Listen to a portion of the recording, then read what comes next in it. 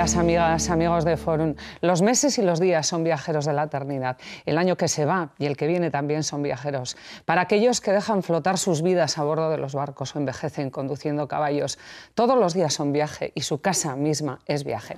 Así comienza Sendas de Oku, un libro que no me cansaré de recomendaros solo por su prólogo, escrito por Octavio Paz. Ya merece la pena que lo busquéis. Pero estas palabras, esta reflexión nos llevan al libro del que hoy os vamos a hablar, una vez más, La vida como viaje. ¿Hacia dónde? ¿Hacia quiénes? Entre elegir que más allá de nuestra vida de carne y hueso hay dos opciones arraigadas, inflexibles y contrapuestas, o nos espera un Dios, llamémosle ser superior, o la nada, pero existe una tercera vía. ¿Y si la muerte tuviese prórroga? Javier Goma, autor de Necesario pero imposible, muchísimas gracias por acompañarnos aquí en Forum. Gracias a vosotros. Bueno, hemos hecho toda esta introducción sobre estas vías, pero la presentación del libro en la que tomó parte en Madrid Jon Juaristi hablaba de unas palabras de Borges que decía que, no sé si en bromas te lo pregunto, que los españoles somos los únicos que creemos en la inmortalidad. ¿Qué te parece a ti esto? Bueno, la experiencia y la visión de la historia de la filosofía contradicen eso un poco, en el sentido de que el tratado de la inmortalidad del alma era un tema central de la filosofía desde el origen hasta Kant, hasta principios del siglo XIX. De pronto se convirtió en un no tema, no en algo que los filósofos se plantearan y excluyeran, sino en algo que directamente no se plantearon, salvo, y es una de las poquísimas excepciones, Unamuno, que hizo de la inmortalidad un grandísimo tema y además con un gran estilo, y que era vasco, era español. En ese sentido, se podría decir que la frase de Borges en realidad era una indicación, una sugerencia de Unamuno, o de los caprichos que Unamuno tenía en un tema que era excéntrico en ese momento. El ateísmo hoy día, el agnosticismo, copan un poco el monopolio de la realidad. ¿Qué te parece? Sí, la presunción antes del siglo XVIII es que cualquier escritor, novelista, poeta, científico era creyente. A partir del siglo XIX la cultura se hacía atea. Salvo presunción en contra, el filósofo, el poeta a partir del siglo XIX era atea. Y hoy yo creo que vivimos en una época en la que podemos abordar esos temas con menos prejuicios. Si se jugara una partida de ajedrez entre un creyente y un ateo, yo creo que quedarían en tablas. Porque el ateo tiene un problema y es responder de dónde viene todo. Y el creyente tiene otro, y es por qué este mundo está tan mal hecho. Alguna vez se dice en broma que Dios hizo el mundo en 6 días y se nota, ¿no? Porque podía haberle dedicado 16 y hubiera resultado un poquito más redondo. Un poquito más de 16 igual también. Ahora reordenarlo le costaría bastante más tiempo. Por eso digo que yo creo que honestamente hay unas tablas. A mí me gusta decir que desde el punto de vista del conocimiento nadie sabe. Y por eso todos somos agnósticos. Porque agnóstico viene de la palabra de saber. Entonces, saber, todos somos agnósticos. Pero desde el punto de vista de la creencia, todos somos creyentes. Porque incluso el ateo cree en algo. Y nos movemos en el plano de las creencias. De manera que hoy el ciudadano contemporáneo es agnóstico y creyente al mismo tiempo. Bueno, este impresionante trabajo es ya un poco has cerrado un poco el círculo de una trilogía en la que indicabas que son unas instrucciones privadas para vivir. ¿Cómo has desarrollado esta trilogía?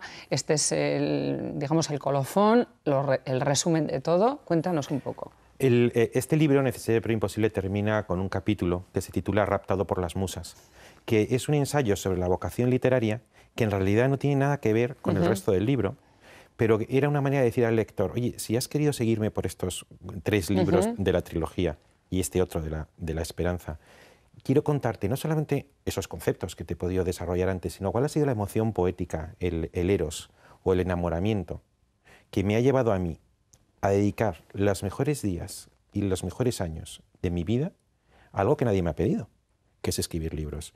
Y eso sí, he sido un hombre de una sola idea y de una sola causa.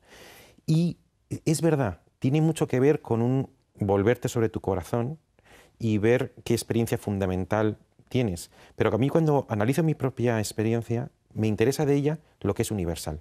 No me interesa lo que me pasó en tal veraneo o en tal amor solo a mí, sino tratar de sacar lecciones que, siendo totalmente mías, son universales, porque soy un hombre como todos los demás. Aquello que es universal en mí. Entonces, tiene algo de instrucciones privadas, pero instrucciones privadas de cómo ser hombre, cómo ser individual o cómo ser mortal, y por eso son comunicables a los demás. Bueno, Aristóteles decía que el hombre es más fuerte que su propio destino al final, ¿no? Bueno, nosotros tenemos, ahí yo distinguiría dos aspectos. Nosotros tenemos unos destinos diferentes en este mundo, pero al mismo tiempo el mundo tiene una estructura. Hay cosas que en este mundo son posibles y otras directamente que no. Pues por ejemplo, de momento, volar o ser inmortales o quizá pues tener, no sé, una ubicación, podemos estar ubicados en 4 sitios al mismo tiempo. Es decir, este mundo tiene una estructura que es difícil superar y entre ellas está el hecho de que nos permite vivir, llegar a ser una flor y al mismo tiempo nos destina a algo tan indigno como es la muerte.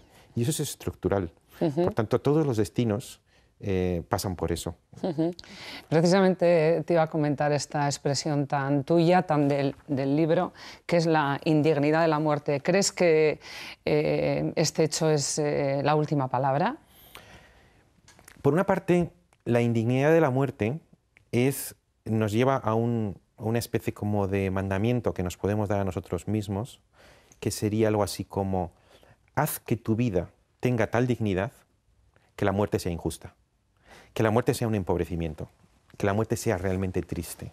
O sea, qué hermoso es cuando pensamos que cuando alguien muere, el mundo se empobrece. Es triste porque se ha ido, pero qué grande debió de ser esa personalidad, que consideramos que el mundo se empobrece y que nos deja a todos un poco más huérfanos. Entonces, un imperativo sería: vive de tal manera, con tal dignidad, que tu muerte sea totalmente injusta. Y la segunda fase está: después de esta injusticia, que es verdad que todos sentimos, ¿lo humano termina o hay alguna posibilidad de continuación de lo humano? ¿La vida del individuo está destinada a una destrucción definitiva o podríamos pensar que esa historia continúa, que tiene una prórroga, que tiene un suplemento? Entonces este libro se plantea bajo qué condiciones una persona, un ciudadano del siglo XXI, podría pensar esa posibilidad, esa esperanza. Estaba acordándome ahora de ese gran artículo de Trías, El gran viaje, que decía que, por cierto, ganó el premio Mariano de Cavia, además que yo lo localicé gracias a un amigo que tenemos en común, Juan Carlos Viloria, periodista, y que dice: la muerte está ahí, no admite reconciliación sencilla, utiliza esta palabra sencilla, que ahí tiene un peso específico importante, ¿no? Hay lo que no podemos pretender, que a veces determinadas doctrinas han pretendido, son reconciliaciones o soluciones demasiado simplistas.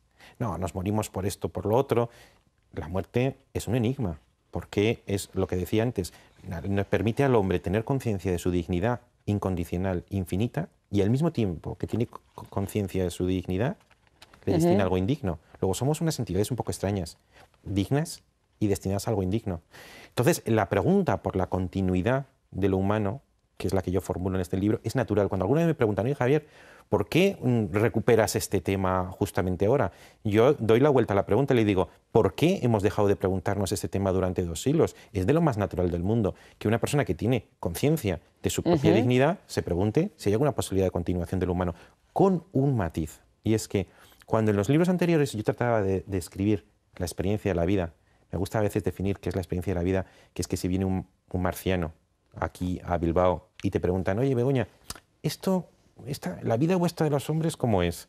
Pues entonces tendrías que explicar: pues mira, nacemos, Uy, amamos. a mí me encantaría, qué situación. Claro, contarle, pero intenta resumir en 5 minutos a un marciano qué es la vida humana. Entonces tendrías que decir cosas que nos ocurren a todos. No podría decir solamente cosas que le han ocurrido a Begoña. Pues mira, la vida humana es vestir un vestido estampado. No, pues te enamoras, sufres, te desesperas, te ilusionas y contarías una serie de cosas. Y eso sería universal, a todos los hombres nos pasarían. Y entonces llega un momento en el que ya empiezas a pasar de algo que hemos experimentado todos al mundo de la hipótesis. Claro. Y ese es el gran viaje de Eugenio Bueno, pero Trías. lo que decías, efectivamente, el recorrido, lo que decíamos al principio, ¿no? Lo importante es el recorrido, eso ya lo sabíamos por los filósofos, escritores, poetas, pero cuando tú dices, efectivamente, la dignidad hay que llevarla en la vida, lo que estamos hablando al final, estamos tocando casi lo que dicen los que creen en Dios. Si llevas una mala vida irás al infierno. Quiero decir, aquí hay un punto donde lo importante es ser buena persona, ser digno en la vida, porque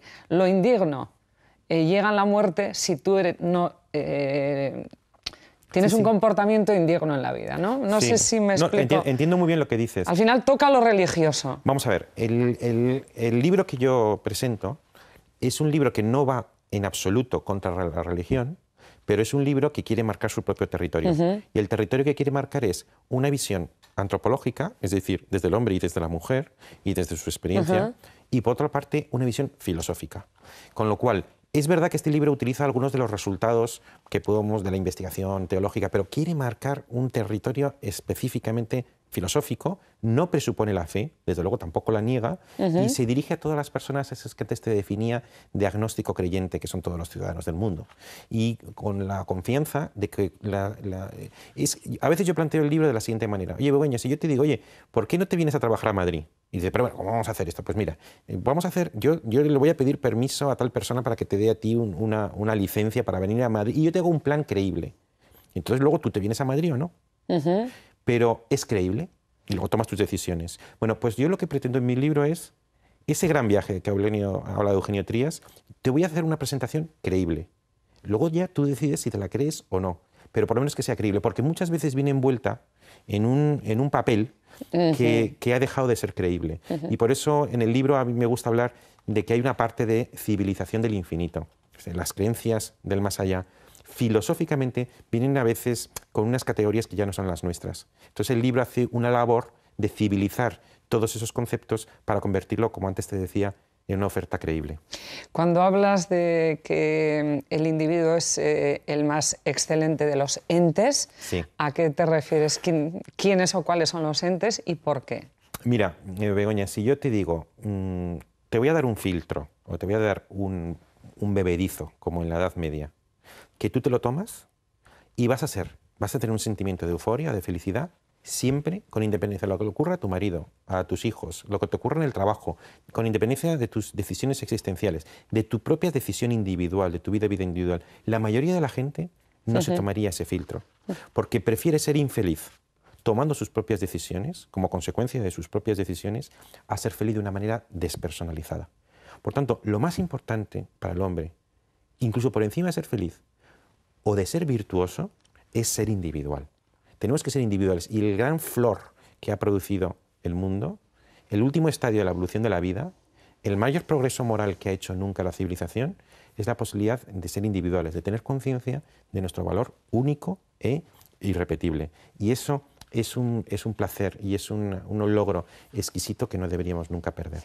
Hablas también de este punto importante en el terreno filosófico, que es la época post-Kant, concretamente del asunto de la inmortalidad, cómo pasa a estar colonizado por las religiones. Sí, bueno, por las religiones, en el sentido de que la filosofía ha hecho una dejación.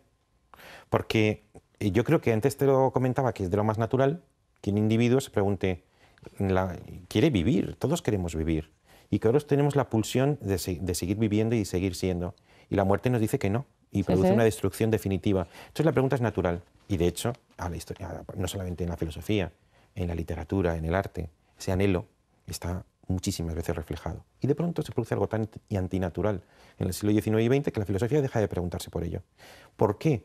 Bueno, pues porque hubo un momento en que la esperanza en una vida del más allá, el hombre moderno lo consideraba como algo perteneciente a un mundo medieval, un mundo antiguo del que nos teníamos que emancipar para ser ciudadanos mayores de edad. Y tenía sentido, pero esa lucha ya ha terminado. Y ahora en el siglo XXI creo que nos podemos plantear sin prejuicios, sin condicionantes religiosos, aun cuando, insisto, no contradice para nada las creencias religiosas, pero también sin condicionantes positivistas o ateos, esta pregunta que a mí me parece la pregunta de lo más natural. Bueno, el tema de la individualidad se va marcando cada vez más claramente a medida que vamos avanzando, incluso en este mundo en el que las nuevas tecnologías, ¿quién iba a pensar hace 40 años que íbamos a dar un botón y íbamos a ver a una persona que está en Australia? O cosas que, bueno, hasta Julio Verne no hubiera podido imaginar, ¿no? Pero este terreno de la individualidad, Javier, puede alcanzar cotas de no integración social. Quiero decir, ¿dónde están los límites, la membrana esa tan fina entre ser individual como ser digno? O ser individualista. O ser individualista. Exactamente. Pues mira, este libro, el de Necesario pero Imposible, tiene una afinidad un poco secreta con un libro anterior que se titulaba mío, Aquiles en el gineceo o Aprender a ser mortal. Ese libro describía el camino de la vida de todo hombre y de toda mujer. Y lo describía como un paso del estadio estético al estadio ético. En la infancia y la adolescencia vivimos en el estadio estético, porque nos podemos poseer a nosotros mismos.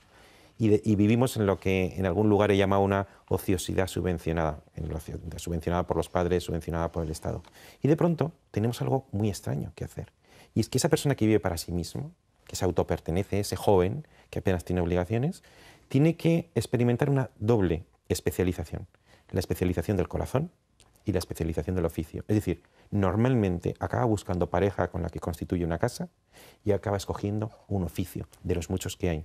Eso es una doble especialización, que es una doble integración social. Bueno, pues ese proceso, que es un proceso sano, por el que, como te digo, sin dejar de ser irrepetible, te acabas convirtiendo en un instrumento de algo que te supera, la sociedad o la familia, durante 2 siglos ha tenido un problema, y es que toda la cultura ha fomentado mucho lo que podríamos decir el estadio estético, y en cambio ha criticado la integración. El romanticismo consideraba que constituir una casa era un horror, lo mejor era tener amores apasionados, y en cuanto al oficio lo consideraban que eran burgueses y filisteos, lo importante era ser bohemio, ser creador, y se exaltaba mucho la personalidad individual.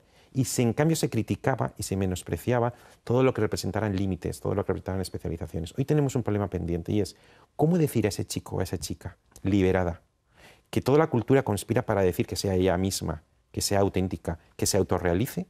¿Cómo le podemos convencer de esa doble especialización, la del oficio y la del corazón, que representan limitaciones, cuando hemos desprestigiado los límites? Por tanto, la cultura tiene pendiente, primero, revalorizar ya no las vivencias individuales, sino las convivencias, de igual manera que este libro habla de la supervivencia. Y en segundo lugar, tenemos que recuperar el valor atractivo, casi diría yo que seductor, de los límites. Te voy a poner un ejemplo, la amistad. La amistad es algo que nos vincula, es algo que acaba estableciendo... De la que hablas en un artículo tuyo muy interesante que se llama Viejo Amor. Ah, sí, Begoña, pues mira, ese... Porque aquí tratas el tema de la amistad de forma profunda. Sí, porque yo intentaba decir ahí cuál es la diferencia entre la amistad y el amor. En primer lugar, porque ahora nos hemos acostumbrado a pensar que el momento del enamoramiento es esencial para esa especialización del corazón, es decir, para fundar una casa con alguien, ¿no? Cuando durante siglos y siglos y siglos el amor y el matrimonio no tuvieron nada que ver. Y si bien lo piensas, es un poco absurdo que una decisión tan trascendente, a veces se dice el matrimonio es una institución que existía cuando la esperanza de vida eran 40 años. Claro, tú morías con 25 con 30, pero claro, la esperanza de vida son 80. Es convivir 50 años con la misma persona. Entonces, ¿cuál es la diferencia entre la amistad y el amor? En principio te diría, para el amor romántico, el amor pasional, el tiempo conspira en contra. Y lo peor que puedes decir de un amor es que es un viejo amor. En cambio, la amistad, el tiempo conspira a favor. Y lo mejor que puedes decir a un amigo, Juan Carlos Viloria, que estábamos citando antes, es un viejo amigo. Y nadie se sentirá ofendido por decir que es un viejo amigo. Entonces, ¿cuál es el secreto? El secreto para mí, para que el amor dure, ese amor cuyo tiempo conspira en contra, es elige una persona de la que puedas ser amigo. Porque entonces tendrás la durabilidad de la amistad y la pasión del amor.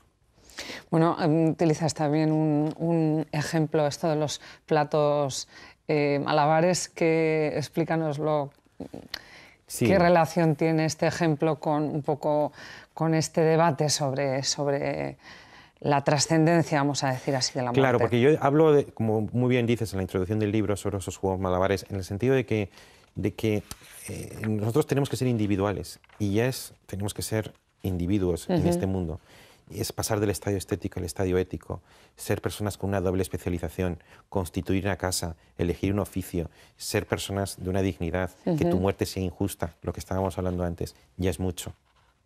Y mientras tanto, pensar cómo podría ser una continuidad de lo humano, una supervivencia, ya es doble. Entonces, ser mortales y al mismo tiempo mantener esperanza en el otro mundo es un juego malabar. yo creo. Es que cómo cansa vivir, ¿eh? Porque hay gente, me refiero a las personas que ya mayores, que todos hemos tenido en nuestra familia, no excesivamente, vamos a decir, enfermas o con una enfermedad marcada, cuando dicen, qué cansado estoy, qué necesidad tengo ya de dar el paso de morir, ¿no? Esta expresión que a veces hemos escuchado, ¿no?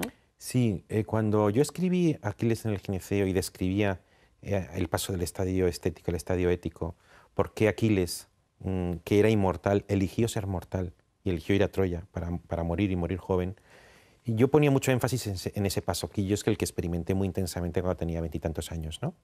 Y traté de convertir de eso una teoría válida para todo el mundo. Pero en este libro, En Necesario pero Imposible, incluyo un capítulo que no corrige el anterior, pero lo matiza un poquitín, que es un capítulo que dice, el estadio ético dura mucho. Porque hay incluso un placer en madurar, hay un placer en esa doble especialización, hay un placer en escoger pareja, hay un placer en estrenar oficio. Pero empiezas con 25 años, 27, 30, 35, 40, 45, 50, y el estadio ético, esa madurez, dura mucho. Y fíjate, yo en el libro distingo dos clases de vidas. La mejor es una ley de vida. Entonces dices, estadio estético, estadio ético, dura mucho, y muerte. Y cuando se muere dicen ley de vida.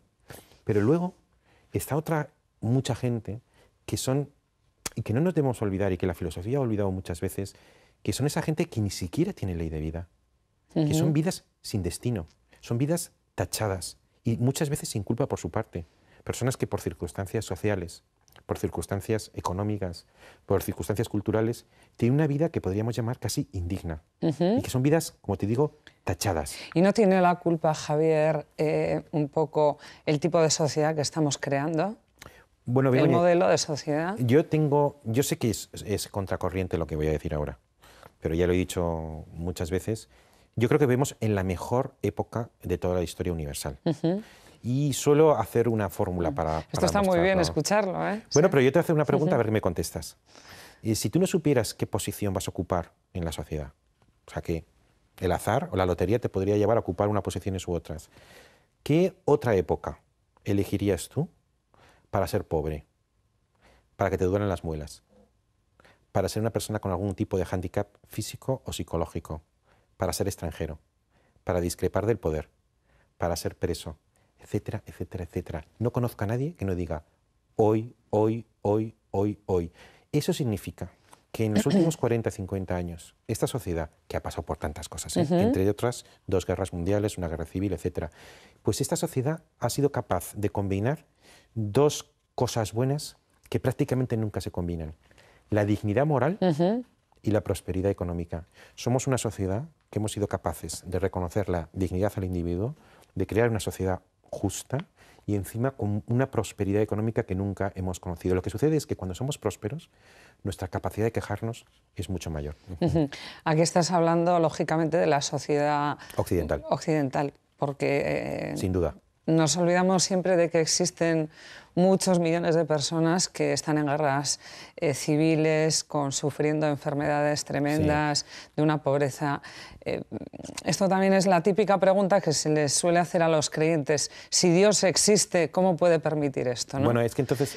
¿Vamos hacia una sociedad más solidaria, Javier? Quizá por interés propio de cómo se está configurando el interior del individuo. Es que, mira, esta sociedad, la sociedad avanza en tropicones, avanza con retrocesos, avanza con dolor y a veces incluso con atrocidades. Pero es que es incuestionable que en los últimos 1000 años, 2000 años, 3000 años, la sociedad ha prosperado económicamente y sobre todo ha habido un inmenso progreso moral. Te voy a poner un ejemplo. La paz, que en este pueblo es una cosa muy valorada, ¿no? Durante mucho tiempo la virtud estaba asociada a la guerra, a la violencia. Durante siglos y siglos, y la persona que tenía más legitimidad política era la persona que había triunfado en la batalla. Y la virtud, la palabra virtud, viene de vir, en el sentido de facultades masculinas probadas en la guerra. Hoy día consideramos que el valor supremo de los pueblos es la paz. A mí me ocurre, violan a una hija mía y a cualquier otra época yo practicaría una venganza privada espeluznante al autor de esa violación. Hoy tengo que confiar a una persona que no conozco, que es un juez, a través de un procedimiento que yo no he hecho, para que tome una decisión sobre una cosa que me afecta íntimamente. Eso es la abdicación de la paz, la abdicación de la violencia y la entronización de la paz como valor supremo. Esto es del siglo XX. Es un gran progreso. Bueno, pero ¿por qué ese progreso está ligado a que ciertos conceptos de alguna forma estén dejando de ser tribales? Nos estamos alejando de la tribu. Exactamente, esa sería una buena definición, Begoña. Estamos pasando de lo tribal a lo cosmopolita. Es verdad que la paz se ha impuesto en los estados de derechos democráticos occidentales, y la paz en el nivel de las relaciones entre los estados todavía tiene mucho que avanzar, porque no hay un poder arbitral que garantice la paz entre los pueblos.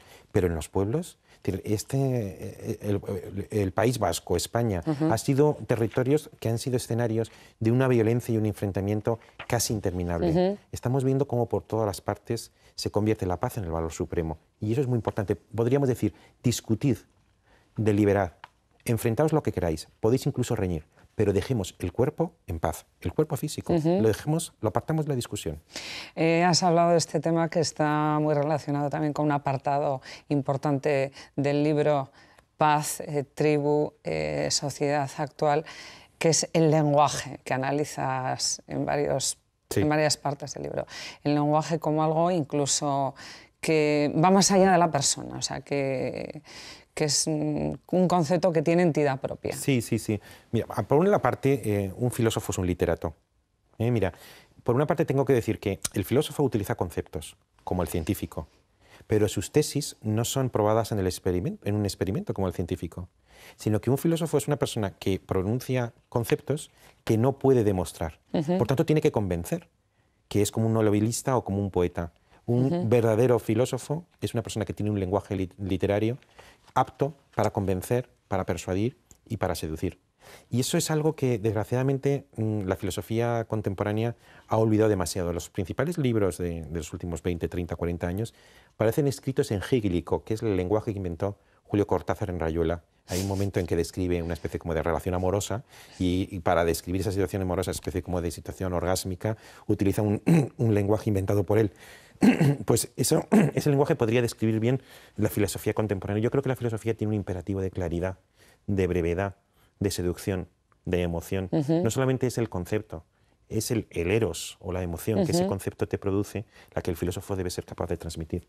Estamos ya casi en la recta final, tendríamos para hablar muchísimo porque es un placer escucharte. Hablas de 20 años de ansiedad. Estoy leyendo literal, pero no es mala la ansiedad cuando la ansiedad raya la obsesión. Es malo, Begoña, ¿Vamos a necesitar 20 años más para corregir esto? Bueno, vamos a ver, eso era una indicación autobiográfica. Y yo te digo, sí, claro que es malo la ansiedad, pero ¿yo qué podía hacer? Yo tenía la siguiente circunstancia.